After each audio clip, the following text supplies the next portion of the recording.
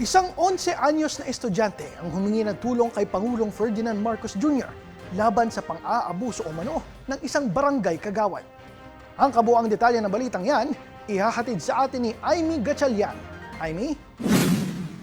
Isang 11 anyos na estudyante mula sa Camarines Sur ang nag-walkout sa kanyang graduation at humingi ng tulong kay Pangulong Ferdinand Marcos Jr. tungkol sa umano'y pang-aabuso ng isang barangay kagawad at ng kanyang pamilya. Sa liham ng bata, inilahad na ang isa sa kanyang mga kapatid ay 2 beses ginahasa ng kagawad na nauwi sa pagbubuntis at sapilitang pagpapalaglag.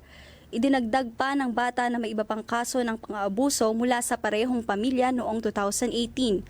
Bukod sa sexual na pang-aabuso, binanggit din ng bata ang pananakot, pagputol sa kuryente at tubig at ang pagsira sa kanilang pananim at mga kagamitan.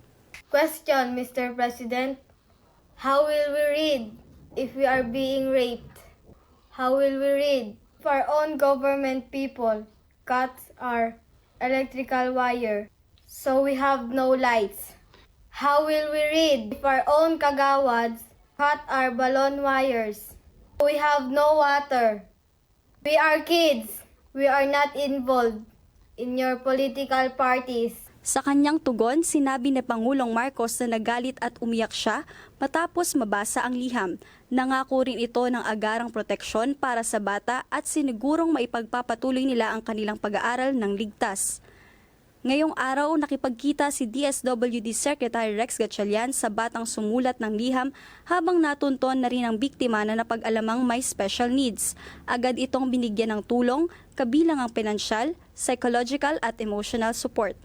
Tiniyak din ng ahensya na patuloy nilang aalalayan ang mga bata sa shelter upang mapanatili ang kanilang kaligtasan at kapakanan.